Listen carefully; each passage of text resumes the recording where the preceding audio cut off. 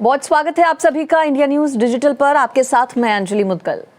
करीब 100 साल बाद एक बार फिर से सेना में पगड़ी और हेलमेट विवाद एक बार फिर से छिड़ गया है।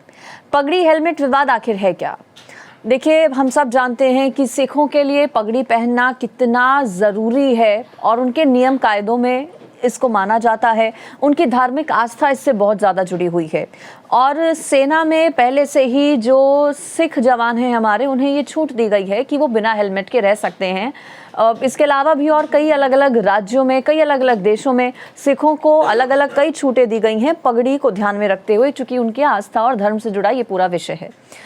अब विवाद एक बार फिर से इसलिए छिड़ गया है चूंकि केंद्र सरकार की तरफ से तैयारी पूरी कर ली गई है सिखों के लिए एक नया खास हेलमेट बनवाने की।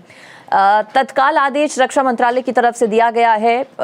इसको लेकर पूरी तरह से एक्शन मोड में केंद्र सरकार नजर आ रही है और आदेश दिया गया है जो सिख जवान हैं उनके लिए एक खास और विशेष हेलमेट तैयार करवाने का।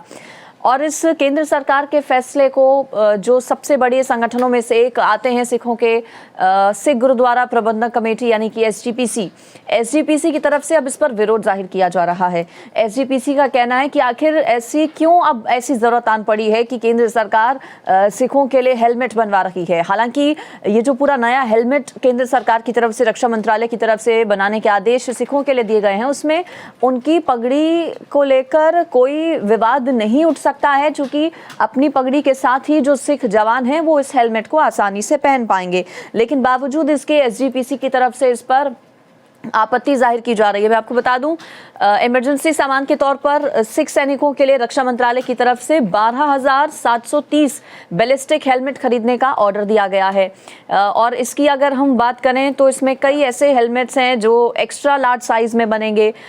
3,819 एक्स्ट्रा लार्ज साइज में बनाने के ऑर्डर्स दिए गए हैं। इसके अलावा लार्ज साइज में 8,911 हेलमेट बनाने के निर्देश दिए गए हैं रक्षा मंत्रालय की तरफ से। जोरों शोरों पर कहा जा रहा है कि इस पर जो काम है वो चल रहा है। इस हेलमेट का जो नाम है वो मैं आपको बता देती हूँ।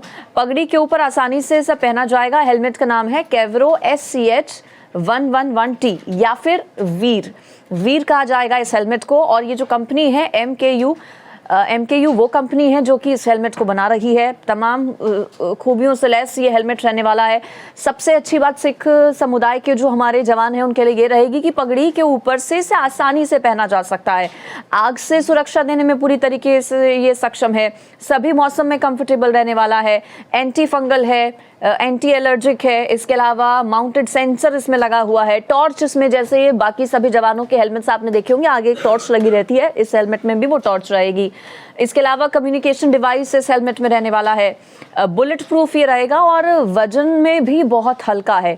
तो एक खास तरह का ये हेलमेट सिख समुदाय के जो जवान हैं हमारे, उनके लिए ये केंद्र सरकार ने ऑर्डर्स दे दिए हैं बनने के और बहुत जल्द माना जा रहा है कि ये बनकर आ भी जाएंगे जितने भी सिख समुदाय के हमारे जवान हैं। लेकिन एसजीपीसी इस पर कड़ी आपत्ति जाहिर कर रहा है।